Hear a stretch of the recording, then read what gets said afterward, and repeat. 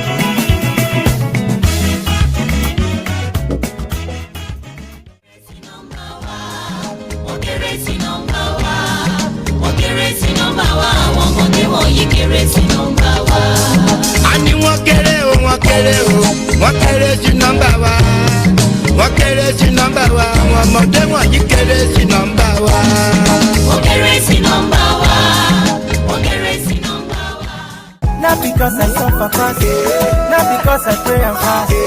No be your show, no be that. I'm watching. Osinachi, I'm no qua, Osinachi. One lemon, Osinachi, I'm watching. Osinachi, mama, Osinachi.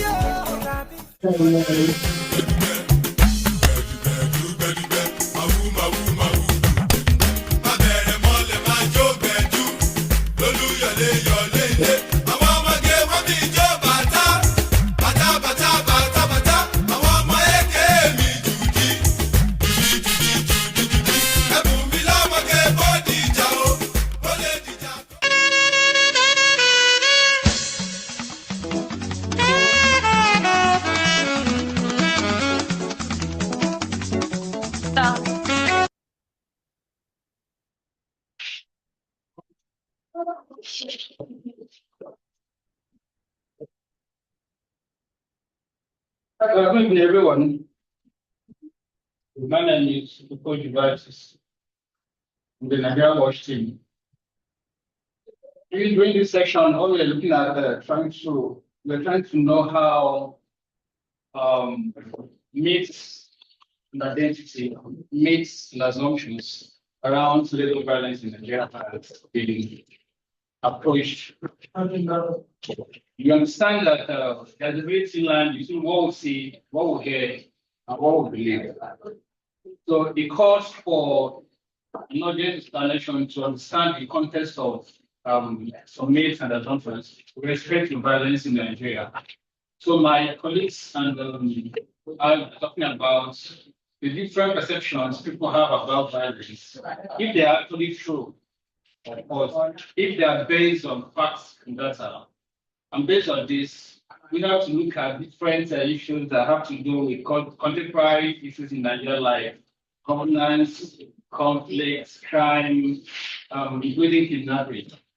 So we'll discuss how people read them, how people interpret them, and then what people believe, because we believe that what we believe affects our responses to what happens around us. So on this note, there will be 4 presentations. One will have to do with how Nigerians were saved during the presidency of Goodluck Jonathan and Muhammad Buhari. Secondly, if Nigerians were affected by the cash crunch, what people think about what to say about, then what will have the ground using the Nigerian water database and online database in Nigeria. And we still have to look out if there were crime, increased crime during the lockdown period. So for us to know exactly if there were increased crime rate during the lockdown, we had to go back 6 months before the lockdown period.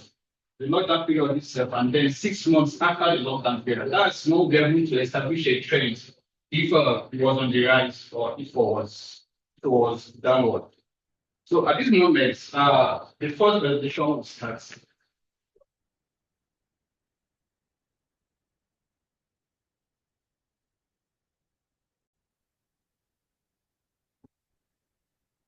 Yeah, what do people really think about the government of the 5-year tenure of Goodluck Jonathan and the 8-year tenure of Muhammad Buhari? There were so many conceptions about if they tackled insecurity the appropriate they should have tackled it. So generally within and abroad, there's this widespread conception about the there's this widespread conception about if violence is on the rise in Nigeria or not.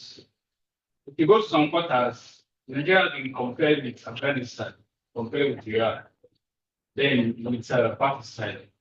So the narrative is propagated by local media and then Western publications and implies that former presidents felt that of insecurity. If you go online now, within that period, you see a lot of arguments that there are support of or against the safety of Nigerians during the two terms. So their critics have both argued on different occasions on the safety of Nigeria, like I said. It is left for people to understand the real context of the legality of their administrations by looking at the raw data that is at their disposal. For instance, Nigeria Watch is an online database that compiles and monitors radio incidents. It has been in existence since 2006. So now having ample data on both administrations, so it's important for us to look at what we have at our disposal and then see if it corresponds with different narratives about data violence in Nigeria. So that is what we're doing the next page. So this study sets out to map the general trend of fatalities during the tenures of Jonathan and Buhari. Now it sets to identify the average number of deaths in both administrations, as well as tries to investigate the major causes of fatalities during the two administrations. The study design is cross-sectional. By cross-sectional, we have to look at, because it's periodic. Jonathan's administration of May 5, 2010 to May 29, 2015, and Buhari's 8-year administration of May 29 to May 2003. So what the paper does is to look at all the violent incidents that occurred within the two periods and then analyze them descriptively. Results represented in charts. Nigeria Watch is a database that covers all the 770 local governments in Nigeria and across the 36 states and the federal capital territory. So the study was conducted in Nigeria. Let's start this. Data we extracted from the Nigeria Watch, which relies on reported legal incidents. I need to emphasize on this. Nigeria Watch doesn't actually cover all the aspects of violence because we feel that violence is very important. So we narrowed it down to violent incidents that involve at least one fatality. There must be a way for us to capture any incident under Nigeria Watch. And that excludes suicide because we feel suicide is self-inflicted. It doesn't have a national attribute. It's self-inflicted. But every other incident, like political issues, religious issues, car accidents, and crime. Nigeria Watch covers them. So far, they involve at least one fatality. Then we source the data from different selected national data. It's important for us to carry out study to consider the regional basis of those sources, to consider their coverage, because it's not every source that you consider if you're running the project, it's not every source that you consider. So in a methodology, it can be explained that we rely mostly on 10 selected newspapers, police reports, hospital reports, judicial precedents, international media reports, including Human Rights Watch and Amnesty International.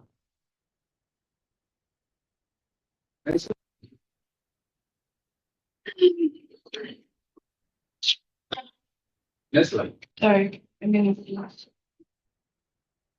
Now, people ask why we don't use social media, why we don't use other sources, but the best thing you can do when you're running project research is to define your methodology, and methodology we define it as those sources, and we rely on it right from the time we started in 2006. It adds consistency to our activities.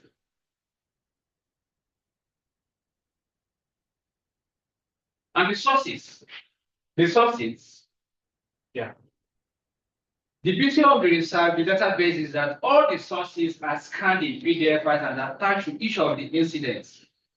In case someone may want to go back to it to extract some information about it or carry out more complex analysis on the PDF materials. So if you're not interested in just looking at the numbers alone, you can look at the different dimensions of each of those incidents to know exactly what we want to achieve in the research.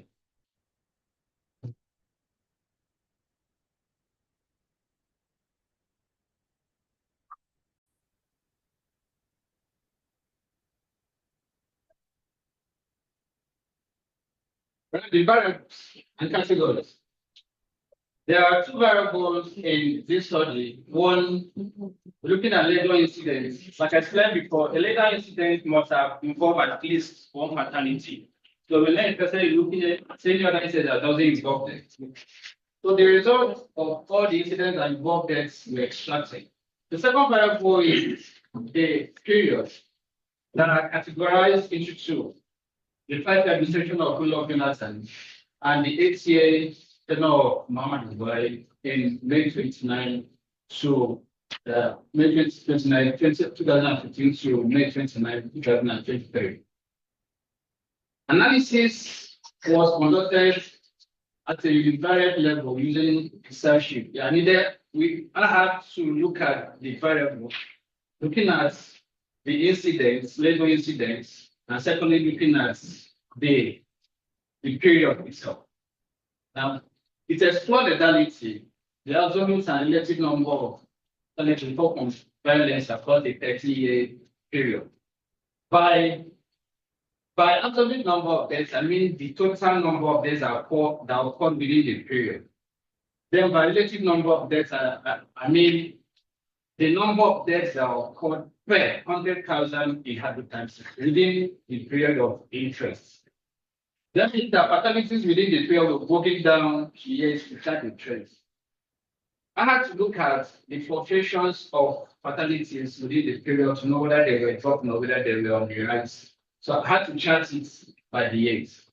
So the findings, interestingly, we appeared than about 104,924 lives were lost within the two administrations.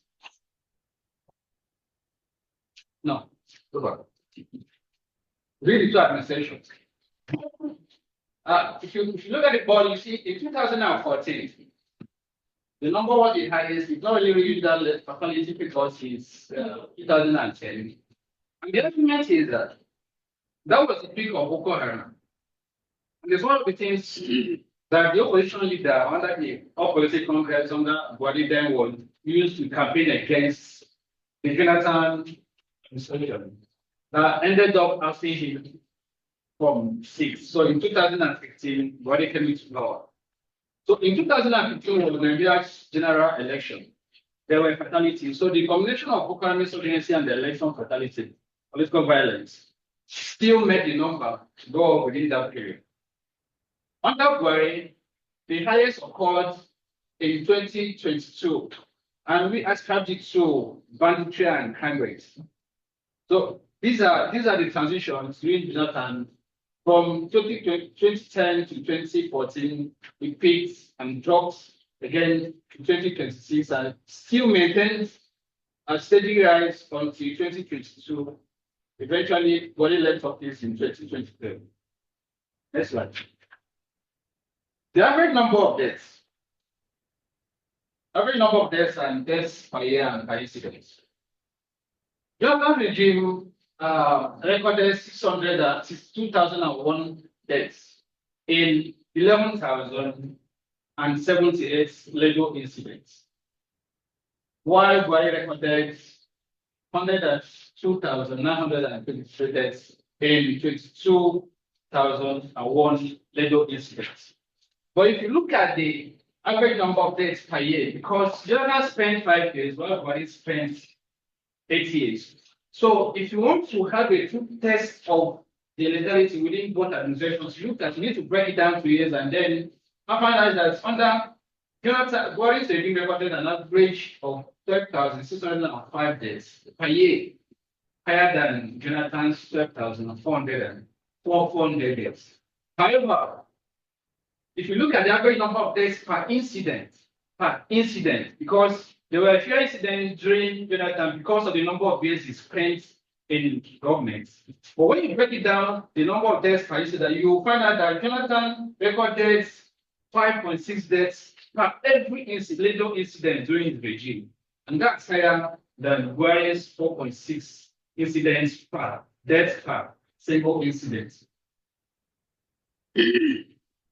Coming to the relative number of deaths per 1,000 population, it's not just enough to say violence is on the rise in a particular state or across the country without looking at the population of that particular state. Once we have a true test of if it's been on the rise, we need to break it down to every 1,000 inhabitants, 100,000 inhabitants. Doing this, Buhari's relative number of deaths per every 100,000 inhabitants was 58, higher than 58%, higher than Jonathan's 42%. Now, further breaking it down, we'll see by causes of violent incidents. Now we have crime under Jonathan was still less than Buhari. Political issues was higher during Jonathan. The issue was higher during Buhari, and cattle grazing was still higher during Buhari. So with this now, we can actually say that with this, by virtue of the overall number of deaths, by virtue of the number of deaths per 1,000 inhabitants, then by virtue of the relative number of deaths per causes of labor incidents, this paper can authoritatively say that the assumption around Jonathan's regime being more violent than Buhari because of Boko Haram incidents is not that true. So if you use key indicators of relative number of deaths per 1,000 population, the relative number of deaths per causes of labor incidents. Now, it's not assumed, it's not proven. Based on raw facts, Nigeria World Database, that Jonathan's regime was more violent. So in essence, his regime, his administration was safer than Buhari's administration. Thank you.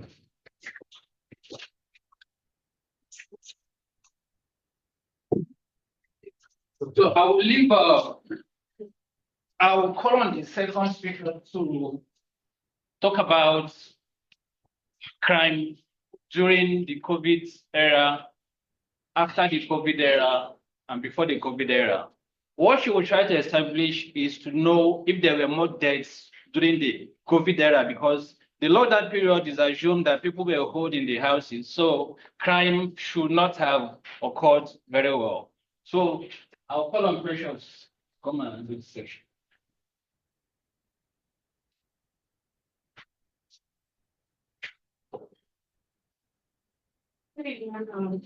My instructions of 28 that says there was less time needed during COVID-19. As we all know, COVID-19 period was a form of transformation and challenge at times to everybody and the entire world. Then we look at the situation. The COVID-19 period actually gave it was launched on February 27, 2026, which an entire big brought Lagos and it turned into a lot of crisis on everybody, including the entire world was at verge of combating the virus. And due to the rise in the cases of the virus that was being spread, the Nigerian government had to declare a total lockdown because March 2nd, 2020, in order for us to contain the spread of the virus that was spread, which makes schools, places, and even movement to have been restricted. As if you could not go to a place for some people, or stopped to be in some places too. And when the spirit of safety were for the lockdown, many Nigerians would have assumed that since the movement was being restricted, then time would have actually reduced a bit during this period. When we look at the research objective, this study tries to find out if the time during this period was actually on the rise or it's actually reduced. And we are looking at 6 month interval. As in the COVID period, the lockdown period, and the COVID period. And looking at those intervals, determining if crime actually was on the rise or it's actually reduced. Our methodology, like my colleagues said, we looked at Nigeria Watch yesterday. And from Nigeria Watch yesterday, our data analyzed secondary, which focus on data criminal incidents on the Nigeria Watch database. And the database also adopts data comparison that takes time later concern 6 months before the COVID-19 lockdown, during the COVID-19 lockdown, and even after the COVID-19 lockdown, we are all combined and we are all tallied. The study time frame includes the COVID area, which was from September 2019 to 20th February 2020. Then the lockdown period, 30th March to 6 September, and the post-COVID period, which was 7th September to 7th March 2021. Then for our findings, from the graph conducted, we found out that the interval we use, which are the 6 month interval, found out that before the pre-COVID period, we recorded 1,681 deaths from 7.3 incidents, which gave us an average number of 2.23 average number. Then during the lockdown period, we recorded 2,726 deaths from 679 incidents with an average number of 4.02.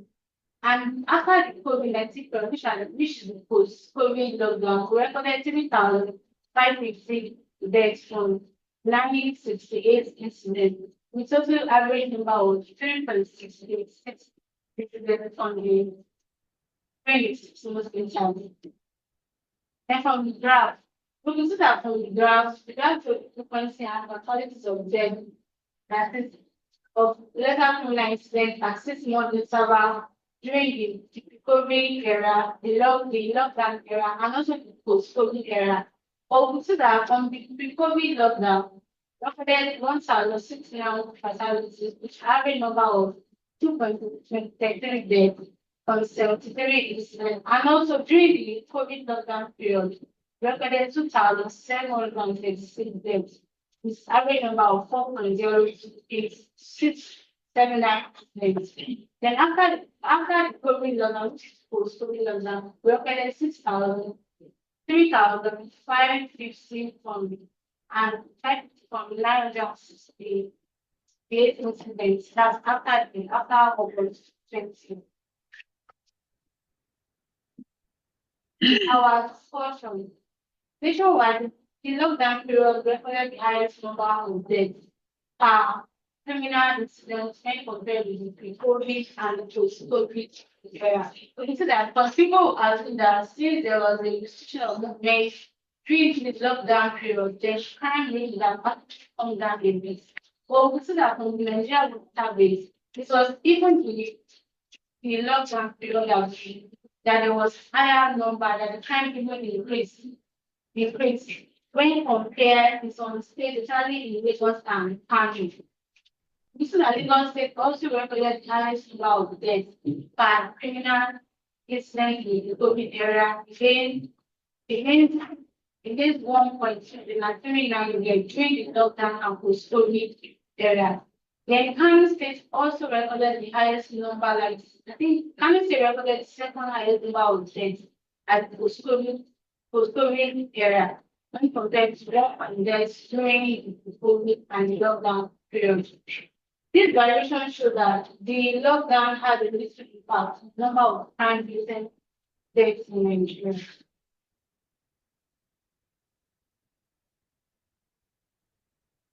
Then for now, we could conclude that from Nigeria database, crime rate increased criminal incident during the COVID era, which since the movements were being restricted, everybody was inside their homes and all that, the crime was actually come down a bit. But we see that the lockdown period recorded the highest number of deaths from different angles. And also the lockdown period recorded higher number, average number of deaths per criminal incident. And thereby, something beneath that there was less crime during the COVID period.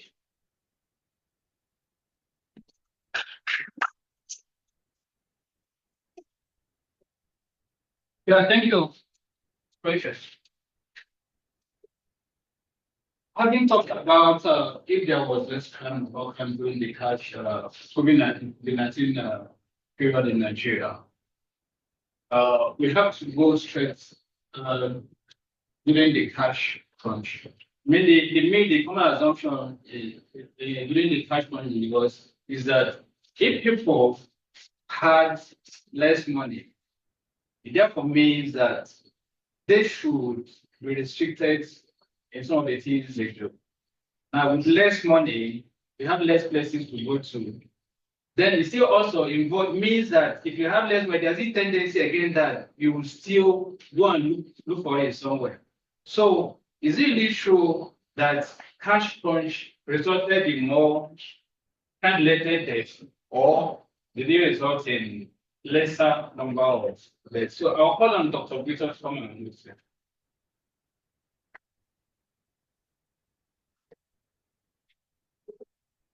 Good day, everyone. The title of my presentation is "There was less crime during cash crunch," and the implication is that we are working on this topic because it's an assumption that when there is less mobility, the penchant to commit crime is reduced because people are restricted to certain places, and criminals who want to move from one place to the other to commit crime, they tend to be warded off by that very fact alone.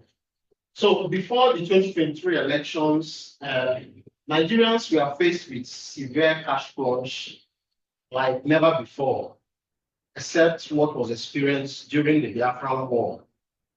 And this cash crunch, which means lack of cash in circulation or inadequate cash in circulation or cash squeeze or limited liquidity, implied or was caused by the very fact that there was change in banknotes pushed by the then central bank governor, Emefiele, and President Buhari wanted to change, or they changed rather, the 200 naira notes, 500 naira notes, and the 1,000 naira notes.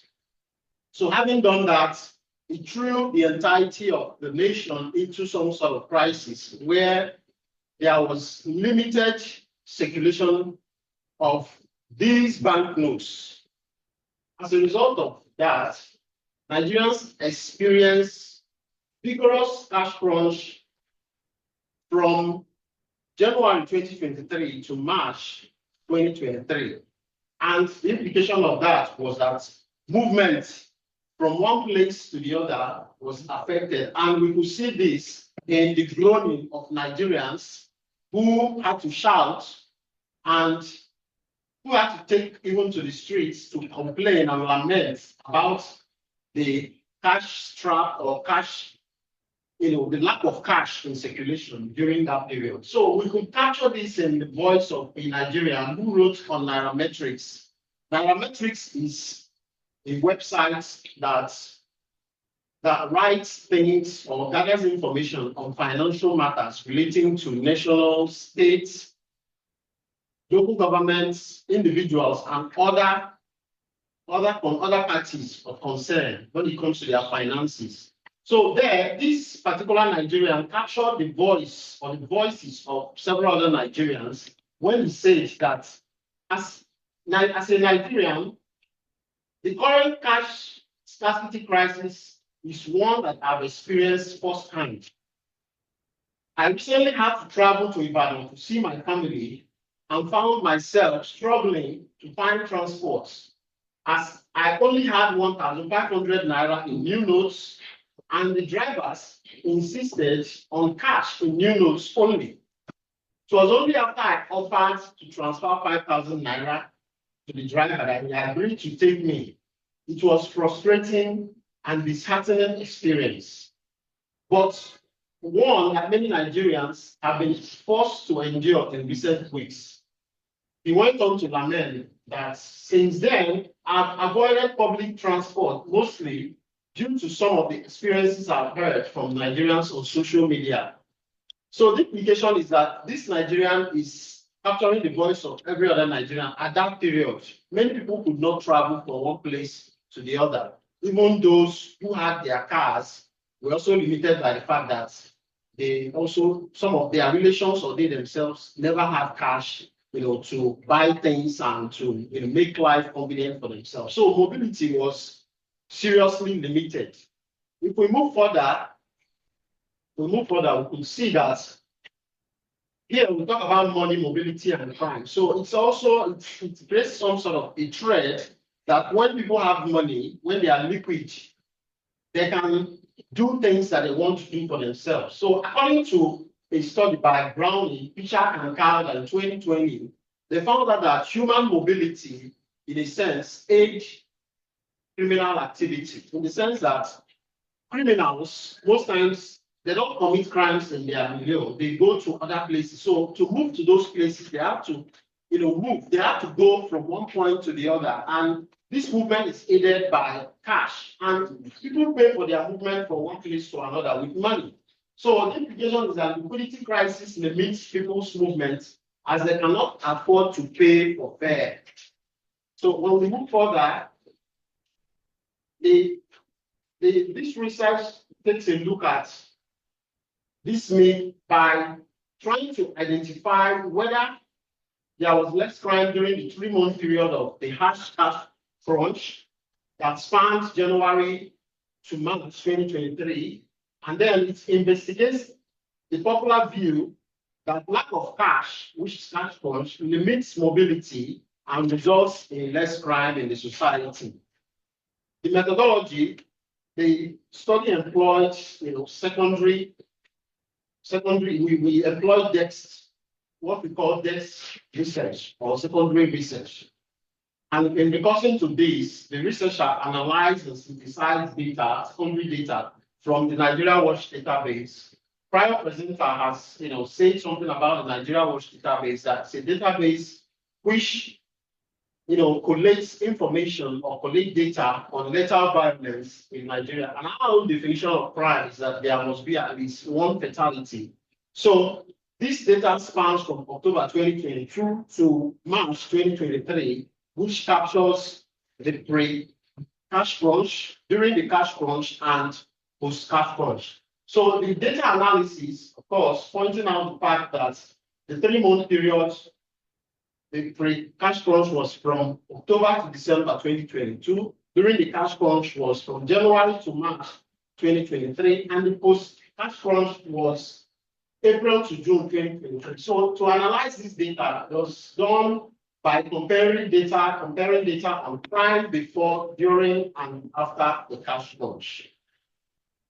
So the findings of this study reveal that even though during the cash crunch we recorded 321 incidents, 321 incidents, in this 321 incident, we had more fatalities than other periods. So we could see that there were less crime-related incidents during the cash crunch, but that also translated into deadlier results in terms of fatalities. We had 1,423 fatalities, and if you compare it against the pre and the post-cash crunch, you see that even though both periods also had increase in the number of incidents, the cash crunch period had more number of deaths, fatalities, implication, more number of crime, more vigorous crime incidents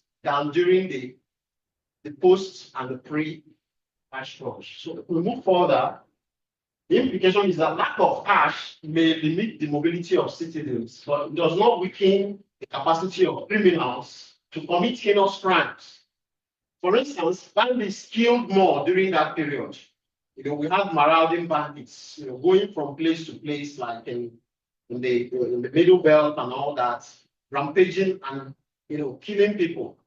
And if we move further, we also see that overall, the scarcity of cash does not have a strong effect on violent crime, and it's not within the cash crunch period we experience in Nigeria, as found by this study. So if we go further, you see that in all, cash crunch period recorded higher number of fatality per criminal incident. So if you look for the average number of deaths, we have more during the cash crunch period. So what this translates to is you wouldn't now say that the cash crunch period in Nigeria, that there was less incident of crime or there was less crime. We had more crime because it came with more vigorous, killings and more vigorous, you get these marauders or you get those who committed this crime engaging in it with various and very strong audacity, and they went about this killing more people. So our conclusion thus will be that general reduction in mobility did not translate to overall reduction in crime. Thank you for your time.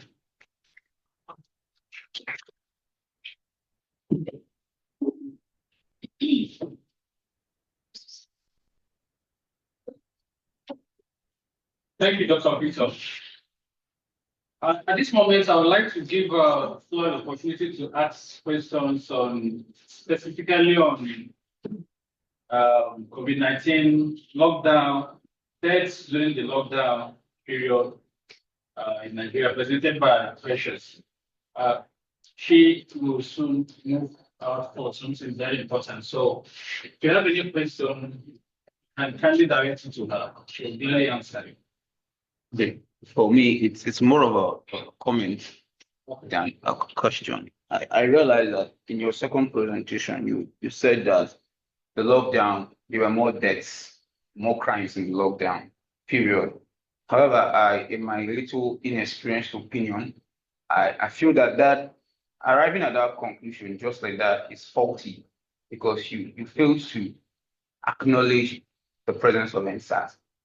And you cannot just tell me that the lockdown caused more deaths without telling me about NSAS, because people came out to protest. People were killed during that protest. And all of them were part of what you recorded in your statistical data. If I'm not wrong. So that's what I experienced, or what I wanted to point out. Then during the first presentation, I realized that the slide, if I'm not wrong as well, one of the slides placed that had about 100 and something deaths was placed solely on Jonathan's administration. I don't really know the calculations of how you calculated the deaths, but I also know that in governance, in Nigeria's democracy, you hand over power on the 29th of May, which meant that in that 2015 that you placed over 100,000 deaths on Jonathan's head, that Jonathan left office within 5 months. So we had 7 months of Buhari.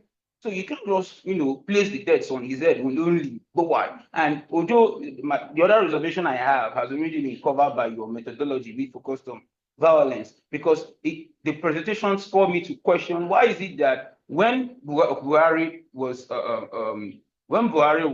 agitating, or when he was contesting, we had crime, there was political issues was higher under Jonathan. But the moment he won the election, the political issues went down. And like I said, your methodology covered that aspect. And another aspect that got me thinking is when you say that life was safer under Buhari than it was under Jonathan as per deaths. It's also a question of methodology, because in your listing, you stated that crime increased under Buhari, so which also negates that. But my major issue is the question on the slides that was placed solely on Jonathan's head, negating the 7 months that Buhari spent, and then the issue of you not including the answers. Thank you very much.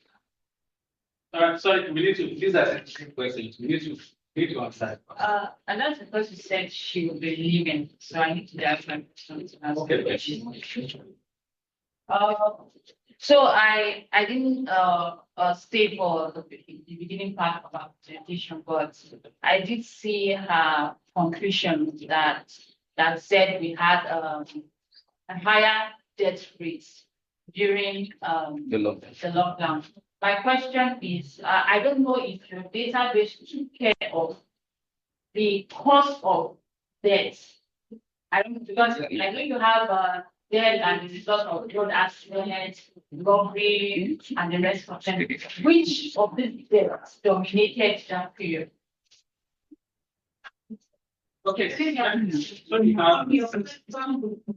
of the animal deaths during the lockdown period, domestic violence, because partners like say that movements are very restricted. Everybody might inside their home. And mostly partners like Oton Araja, everybody was inside their house. And some during the time there was like this intention and both partners get to know some things about themselves, like which cause what it. That's So it was, and there was conflict between partners. so it was mainly about intimate violence and gender, domestic violence, right? Thank you. Okay, so you are trying to say that you didn't factor in deaths as a result of the answers during that lockdown. Let me comment. Okay, sir. There were 3 periods in that review. Okay. 6 months before the lockdown, Okay. 6 months during the lockdown, 6 months after the lockdown. All right. If you look at the statistics,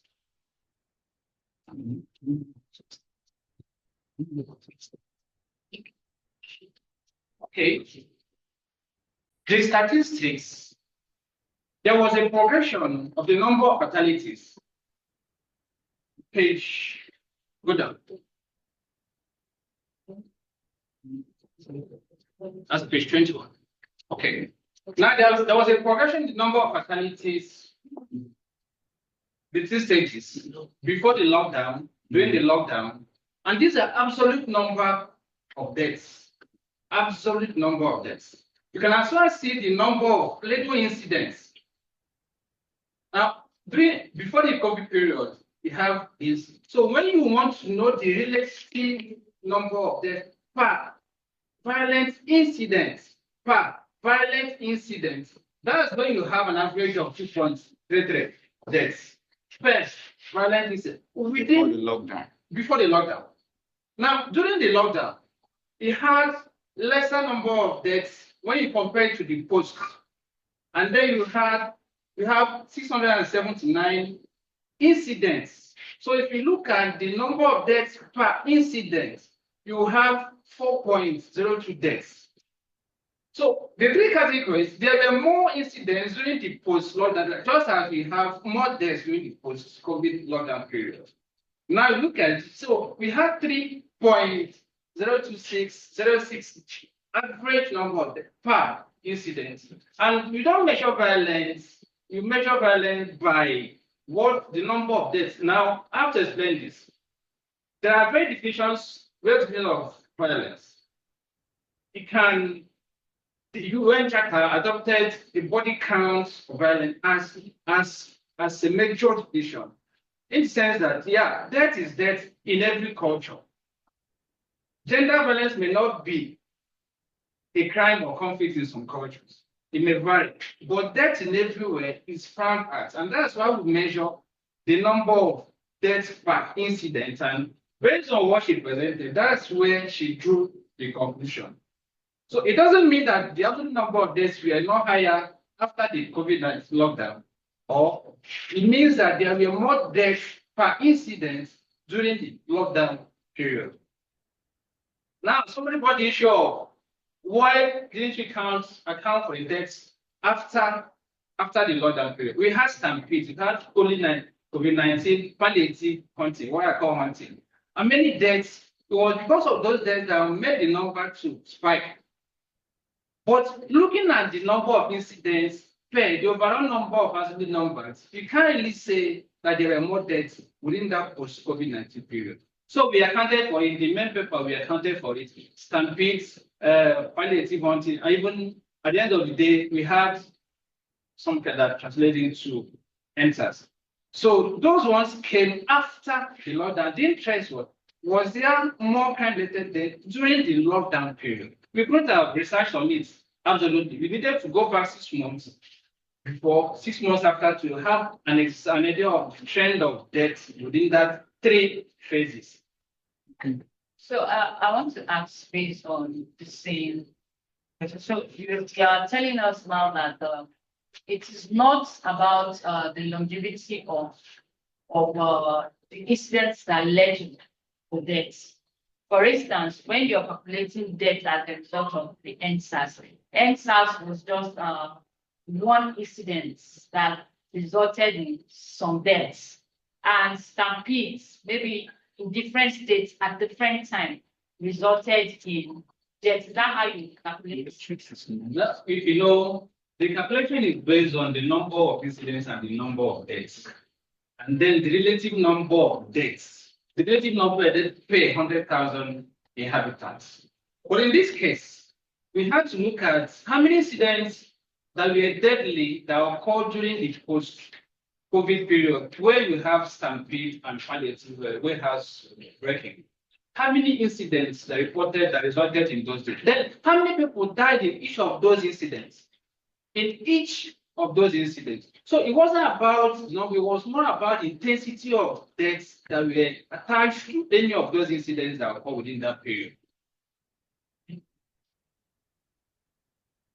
Now, in the first presentation, you made mention that a chart, please, can you?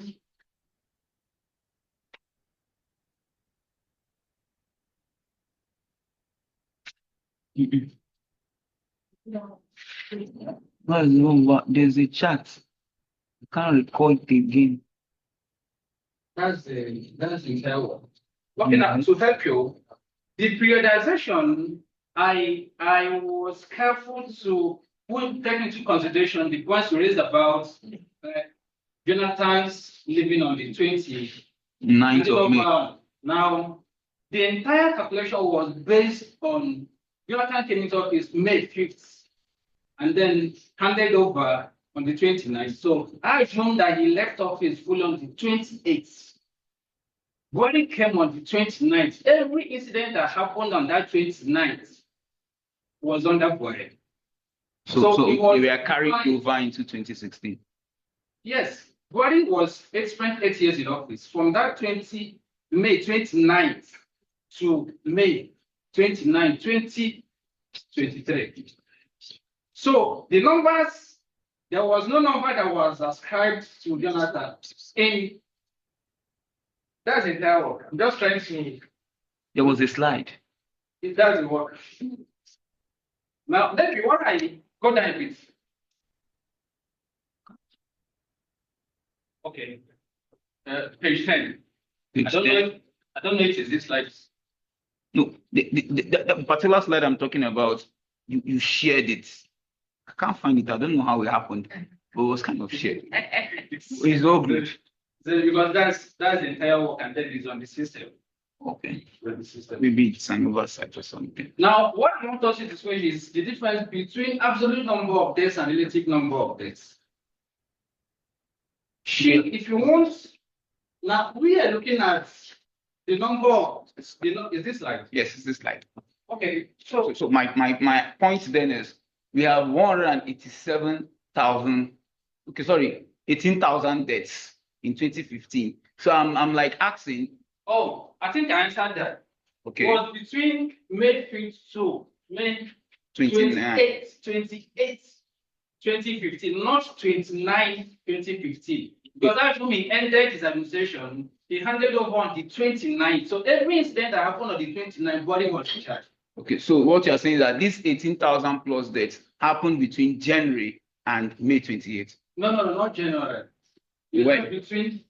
Oh yes, Yeah, yes, that's what yes, you're yes, saying. yes, you're right. Yes. That's what you're saying. Now, the reason why it's this way, as explained before, that was during the general election. You know, we had issues, we had pre-election violence, we had election violence during the election, and then we have post-election conflict. But when you combine the numbers with Boko Haram insurgency, Boko Haram was a major factor in Jonathan's administration. Now, left for Boko Haram alone, it might have dropped a bit. But when you combine the number with political violence, pure political violence, not insurgency, the number was high.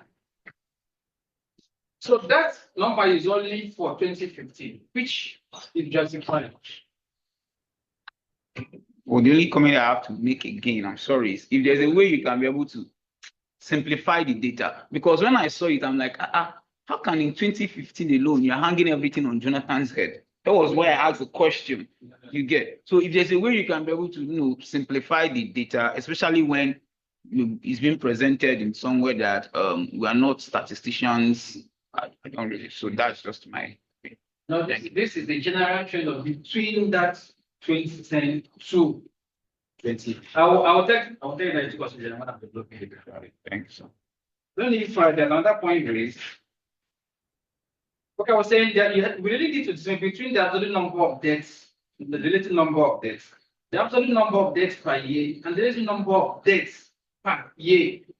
Now that's what we use. When we use the relative number of deaths, is when we have the true depiction of the number of the intensity of or the nature of those violence. Now we're looking at like Lagos is they have a large population, and you can't just come and say crime kills more people in Lagos than in Bayelsa. Yeah.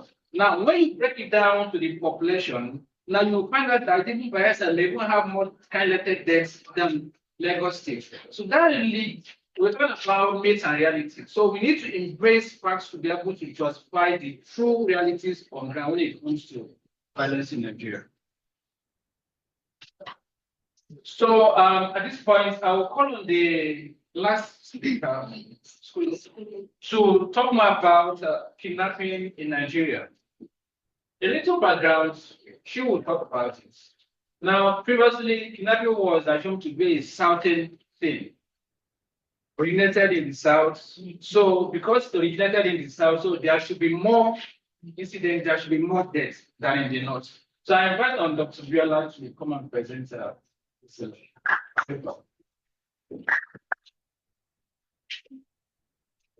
Thank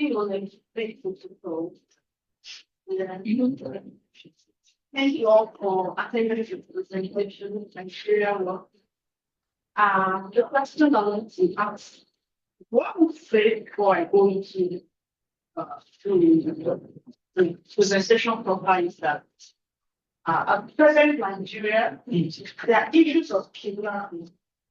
And let me please say, as we all said here, we have experienced kidnapping in one way or the other, if not directly having kidnapping your relation or your family, and you have you understand what it means to pay ransom and the like.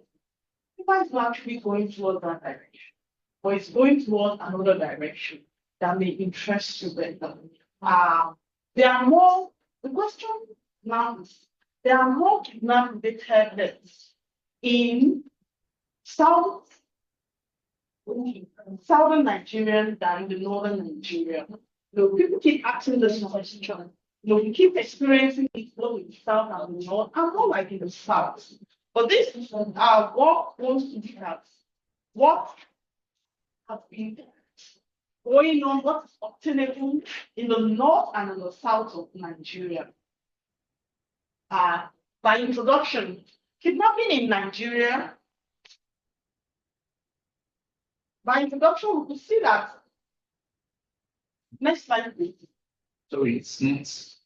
Kidnapping in Nigeria is a major concern for both Nigerians and foreigners, as it becomes common in cities and rural communities.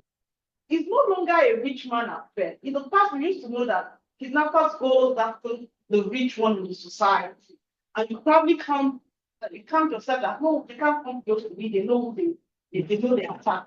But it's been known recently now that they go after both the rich and the poor, and it's no longer a concern for the rich, but to everyone who may be forced to pay ransom to regain freedom. It started in the East then. I had someone telling me that they can go as low as Bonvita, they can go as low as Milo, go as as sugar, as in beverages, as well as having rice, bicycle, bikes, and now so that is a common thing now. It is commonly believed that there are more deaths of kidnapping in the south, comprising of states in the southeast, southwest, south, than in the north. Many claim that kidnapping in Nigeria originated from the south, and therefore they should account for more deaths. Nigeria was therefore investigate this. Starting from June 2006, the Nigerian Watch Project aimed to offer a rigorous outlook of deadly violence phenomena at the Nigerian national scale. I want to look at the objective of this research. Looking at the objective of this study, the study investigates if there are more kidnap-related deaths in the south than in the north. We are looking at the body count of deaths in the south and in the north. We want to make a kind of comparison to see the rate at which kidnap-related deaths is more probably in the south or in the north. We quickly want to look at the methodology.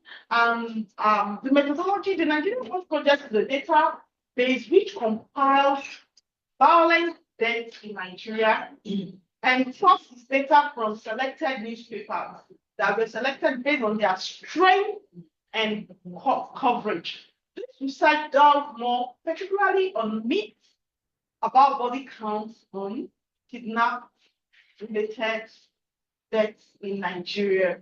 I want to look at the findings. It interests you to know that now findings are no fewer than 7,605 deaths were recorded in kidnapped incidents across Nigeria between June 2006 and May 2023. You may ask the question, there are more than so many people have been kidnapped. We are looking at deaths as a body count deaths, not just the number some people that have been kidnapped, but looking at body count deaths. I think there should be deaths, there should be a fatality. That's what we're considering here. We know we have so many in the papers. That's not what we particularly interested in. So in figure one shows that not fewer than 4,794 people were killed in kidnap incidents across the 19 northern states, while 2,881 people were killed in 17 southern states. Among the victims in the north were 17 expatriates. When we mean expatriates, when we talk of expatriates, we talk of foreigners, people that don't have their origin here in Nigeria. We have 17 expatriates. The kidnapping in Nigeria started probably kidnapping expatriates. You talk of French citizens, talk of American citizen, British, it keeps coming like that until it started becoming what we generally know, and keep becoming careful of exposing yourself. So we're looking at among the victims in the north were 17 expatriates, and 4,777 Nigerians, while the south recorded 2,808 and 13 non-Nigerian, 13 non-indigenous. We go further by looking at the way it's cut across and some of the reasons why this happened in Nigeria. From the map, we will locate some hotspots, some regions to which this kidnapping and this death were high.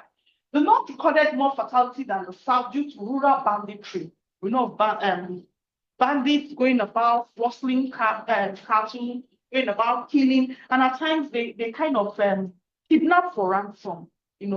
Probably they kidnap for an exchange.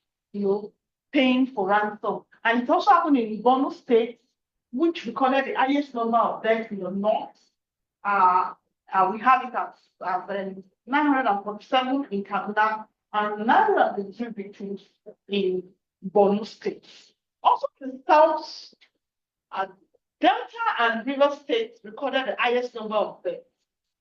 We have 847 victims in Delta State and 449 victims in River State. And this could account due to the oil rich states in the south region. We see that both Delta State and River State are oil rich states, and are probably due to militancy and piracy. Then we used to know militants going to kidnap, take to the creek, and you have to pay for ransom. And at times when the ransom don't come on time, it kind of eliminates their prey. And this actually accounted for why this is coming up in all of these states. The majority of their victims actually used to be were expatriates working in the oil and maritime sector. Then they will kidnap them, and at times, if some of them are unfortunate, they will be killed. From the map, you see the hotspots both in the north and the hotspots both in the south, at which all of these are happening.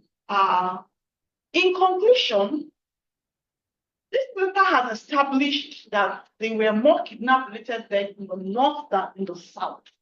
If you consider the overall number of fatalities, it's bold the assumption that since the South has a history of kidnapping in Nigeria, it should recall of. Thank you so much for.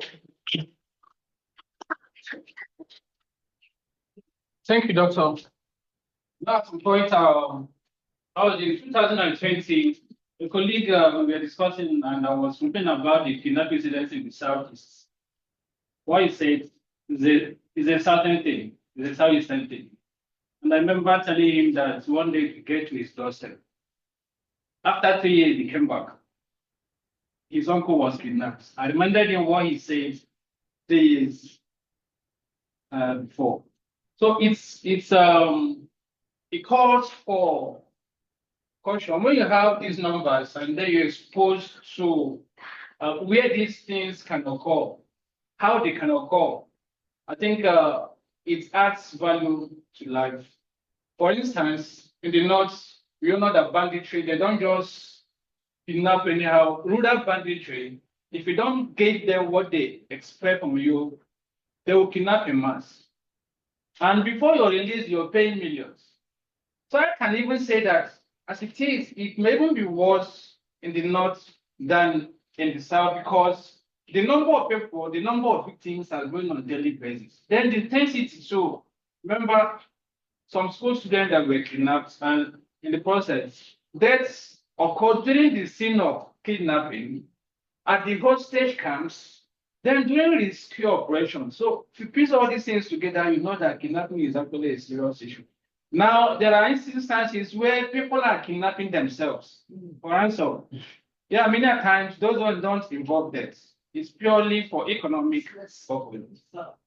It's interesting to handle all these topics, and at this point, I will entertain questions on the top presenter on cash crunch, and then the last presenter on kidnap incidents in Nigeria.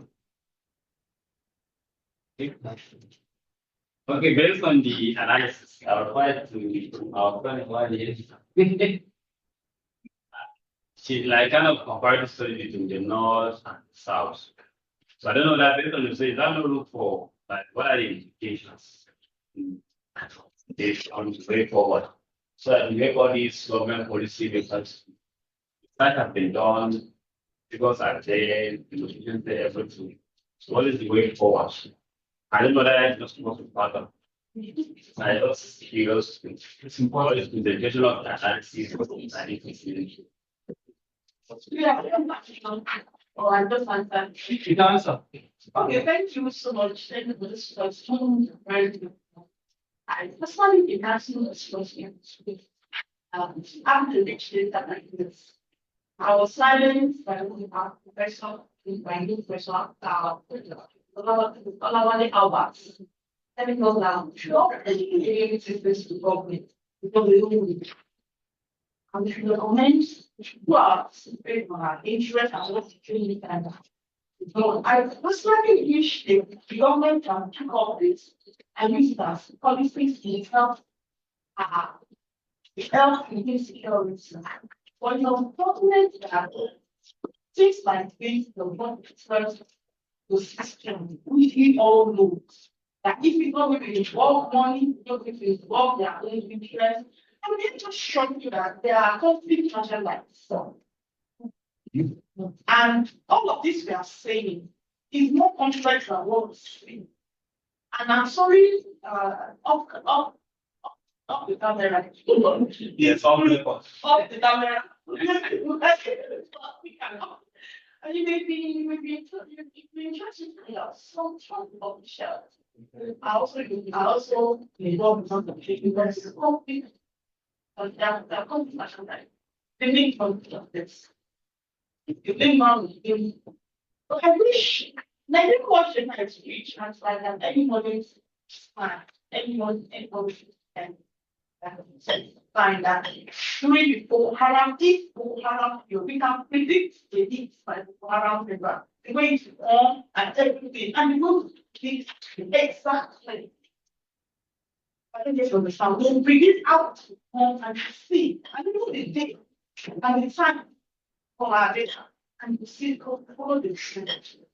Because unfortunately that we have a system that doesn't appreciate data, research, and humans. It can be that we are one topic. I don't know if I believe Okay. Just an addendum to what she said, acting as an early warning system, database, I don't know whether you sometimes you see international communities, warning their citizens. so they make use of database such as ours to map the trend of crime in the country. To know where so you as a citizen, if you also have access to our database, it can help to guide you like a tour guide, I will go here, I will go here. So within your state or your locality, you know the places that are prone to violence, where if you go to, you may likely be kidnapped. And if you're going to such places, you have to be very hard, keep your ransom ready. And tell some people to also know that I'm going to this place. And then maybe probably if you're going to such places, you leave early, you go on time, or you go with security as the case may be. Let me give you an instance. Sorry, I'm taking this. I'm from the southeast. And recently I buried my elder brother. And in my place, people were like, that place is not, you can't go there, it's not safe. I said, well, before I looked at the database, I saw incidents of crime. I said, police have to go and bury my brother. I don't go to bury my brother because I'm seeing incidents in my locality. So the only thing is to pray hard. So I used my own insurance was prayer. So the database gives you a clue as to the things that are happening in various localities in the country. So if you're going to such place, you know the what you know on DSTV we have this 1,000 way of dying.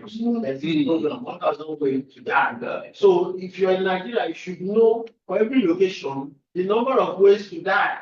You know that. So now if you're trading towards such areas, you know that, oh, this kind of thing can happen to me. So it gives you some sort of being cautious and that awareness. If there are who you need to do, tell them, going to this place, you tell them, they'll be aware. And let me show you that some of these foreigners you see in Nigeria, they have, some of them are bombed. They are bombed. Even their phones are not that. They can be tracked. If you kidnap them, some of them, I don't know, some may be shipped. If you kidnap them, their government may know how to track them to wherever you keep them. That was why when an American was kidnapped in jail, yes, Nigeria, Americans came in and rescued him. So based such as ours to give you that information and the ability to act before time. Thank you. Okay, so let me quickly react to what he said. So we don't provide policy alternatives to the government. What we do is to expose the public, to sensitize the public to what I call the 5 W's of conflict: the what, the cause, the where, the when, that's the time, the where, location, the who is involved. And then when you know who is involved in which kind of violent incidents, where, then you'll be able to know what to do and where to avoid going. So it's not left for us to say this is what the government should do. In our database, we include the instruments, the weapons used in those violent incidents. So if a sensitive government should want to come up with policy alternatives, options, now they will know the areas they can come up. They can be like, for instance, what type of guns are being used in all these incidents? It can be AK-47, it can be other ones. Then government should study the database and know exactly the direction they should take when it comes to policy population. And to what he said, we have a cartographic section where if you don't want to have access to the database, you just go to that cartographic section and click on it. It shows you the red line of legal incidents across the country. If I'm traveling to Bona, I don't need to go to Bona. Go to Bona, I select a local government and know the intensity of all this is within that local government. So it's an interesting one, and then we'll see it at more places. What is not the first, but I want to implement what Dr. Abiola. We have an issue where the Republicans ask the department for the headsmen to kidnap the father in those that he has money and he has this to keep them money. Another case is the man also that asked his father to be kidnapped because they have not been giving him money. There was another case of within the neighborhood where I live, those that live at the bank of the river where the kidnapper can come from the bush to kidnap them. But it has to be with the concept of some informants. So informants that were interested in money, we point out the rich people. My colleague was kidnapped. Is the neighbor that pointed to them like, don't build this house and bought a new car, and therefore that man has been so traumatized that he cannot even come to the office anymore. Then another incident was when I went to Zamfara. So I decided to just look at the whole thing. So it immediately came, and 1 hour after I passed one particular village in Tulsa, there was a kidnapping issue. So I approached Iwa. So I have a kind of a friend, professor friend at Castle. So when I got to his office, I said, I discovered that Iwa is so peaceful. Everyone is going about their business. And it's very close to Safe, where, they even just behind. The driver was pointing to me because the staff of Zamfara, Federal University in South Zamfara. So it was pointing to me behind one hill where these bandits are. And in the They brought lights. They will line up this, so nobody challenged them. 1 hour they are in parade with their vehicle. And if they don't intend to intercept any convoy, any victim, they will not of it. They have targets where they are heading to. So I asked him, oh, how is it that your village is peaceful? At least your neighbors, look at their so ravaged and say it's because the informants are there. They have informants that give them, information about everything. In fact, there was a boy in the vehicle when I was going from Kano to Zamfara that was telling me, Mama Kidao, your father, that I should not come because I was going to Kauran Namoda on my research. So I was wondering, what was that boy actually giving me money? So I started relating it to the problem in ground. And again, the hotel where I lodged, in the night, some guys came in uniform and they were saying they were starting looking for someone. But you are not going to do anything. Don't sleep throughout the night. And that is what am I trying to say? The informants also plays key role in this kidnapping issue. Maybe because they want money, or maybe because they are neighbors, their neighbors are powerful them. I wouldn't just place it on a particular interest of the info that we have around us. We are also power. These are interesting dimension. I have an experience of this. Conducting a research on herdsmen and farmer crisis, looking at the aspect of migration. And one of my key findings currently is that there's no way the bandits or the government or the herdsmen, depending on how you time them, we operate without having an insight. Yes, that was one of the problems. That the village, in the village, they've already set their rules, like their chief.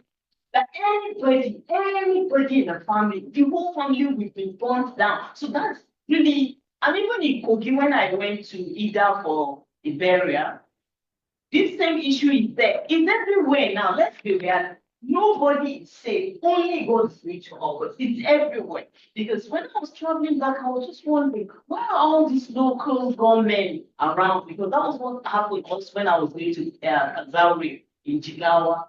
They said there's issue. There are issues of kidnapping around here.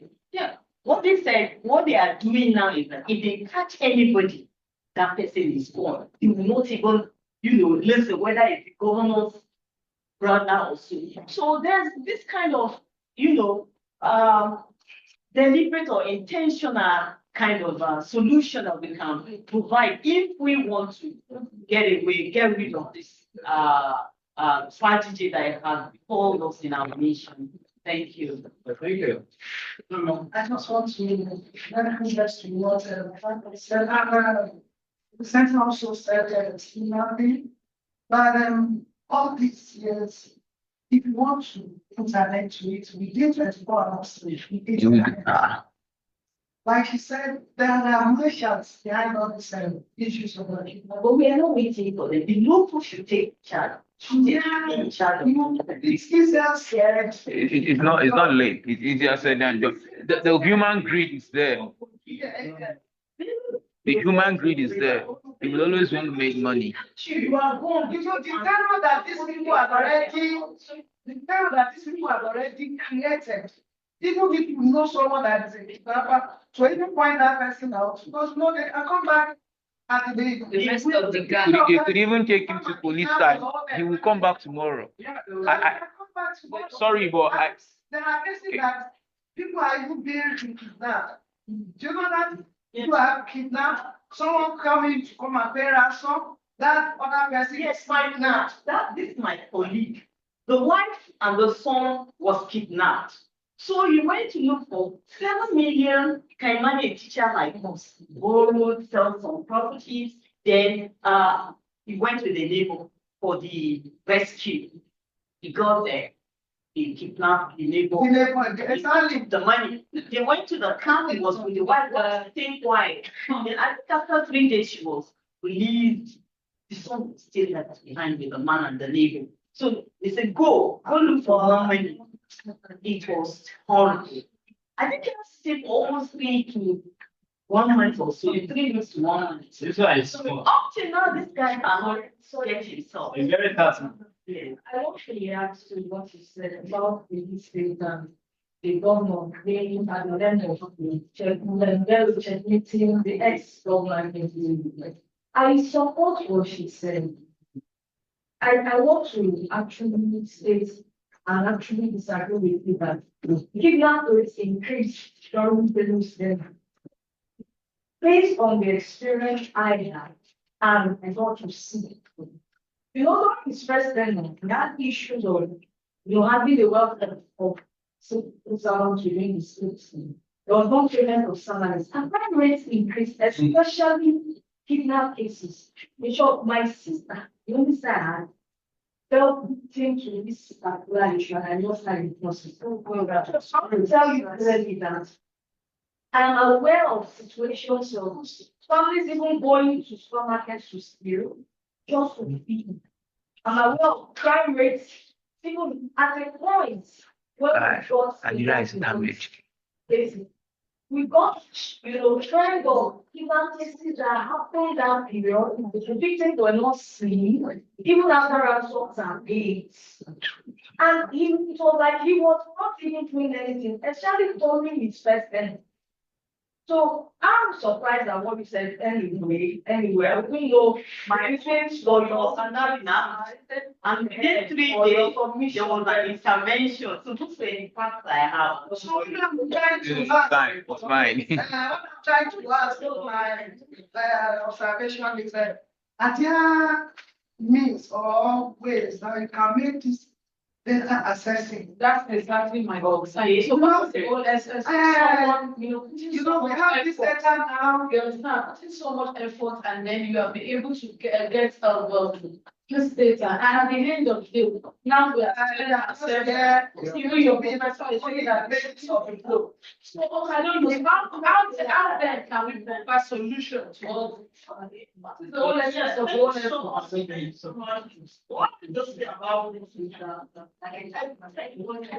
Thank you. and it's so good for us. So probably because of the writing, nation, one must tell you Nigeria that we have complete national language.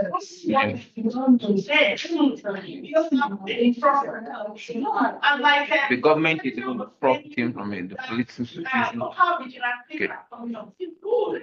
Trying to think the contact the kidnapper, get the game. Apart from that, it could easily What's that? Is email? Where's the chat? Where's the chat? Newspaper.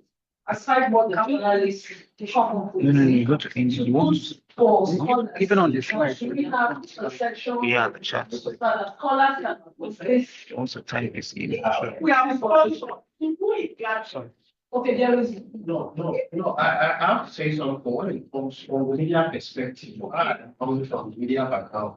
Beautiful. In the media, we have various, the newspaper, when you read, there are various formats. Okay. Formats of presenting. Sorry, where's your ad? We have a video paper, we have, various, when you have the, and all that. So the main thing there is, you as a scholar, and decide to write. There are various kinds of impact, writing for impact. When you are writing to present some raw data, trying to link it to, if you want to send it certain columns, you find out that some of those columns, sometimes these newspapers, they do some sort of review. They want to review a particular kind of incident. Maybe they are talking about kidnapping. They start giving you incidents of kidnapping, instances that happen within the past 1 year. So as a scholar, the scholar can give more direction to source writing by coming up with data, more concrete data that relates to more concrete information. And now, because of that, urge the government to prescribe certain kinds of action that the government can take, and such actions will yield results. So a scholar doesn't necessarily need to wait for, because most times what the newspapers do, news is information, information that is happening is, most times you get the newspaper, 40% of, or let's say 60% of, no, 40% is what's happening now. And maybe another 40% is adverts, another maybe information like from gender, all that. Then 20% may just be for generic, what I'm talking about now, generic crime talks that talk about maybe kidnapping and other issues in society, gender-based issues and all. And another thing, to avoid putting so much effort, and at the end of the day, you just start with the archives. Okay. Instead of pushing it to the. Then we are putting it up to you scholars. Let me keep reading this. Okay, let me read this. It's an open database. It's an open database. You go to the website, you go to nigeriaworld.org. The open database. You can look at the general trend of violence. But you want to have access to the original sources of that information, which are scanned in PDF materials. If you're interested in gender-based violence, you can look at the gender dimensions, you can look at the content, you can look at the materials used in committing the crime. So many other things. You can look at the age. So those things are all most times contained in those PDF materials that are scanned. It's open. But if you want to get the source, you need to subscribe because it's very costly to run the database. So we just made it easy for people who are interested in subscribing. Those 20,000 naira for students. If you're researchers, now, if you're researchers, yeah, we can talk about it. So if you're able to send me a message, then I'll send you a form to fill, and then make the payments, and then. But if you're not interested in paying, like I said, you can look at the general trend by state, by local government, nationally. Depends on what you want to do. So it's open. And then basic access to the database is paid. Just it's open. You know how it is. It's open. Thank you. So, thank you very much. Sorry, please. Sorry, Chair, I stepped out at the point, so I don't know.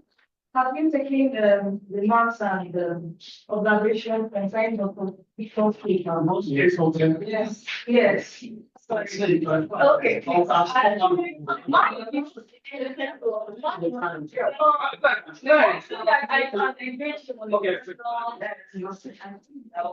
No, they still have 6 minutes, but it's 7 o'clock.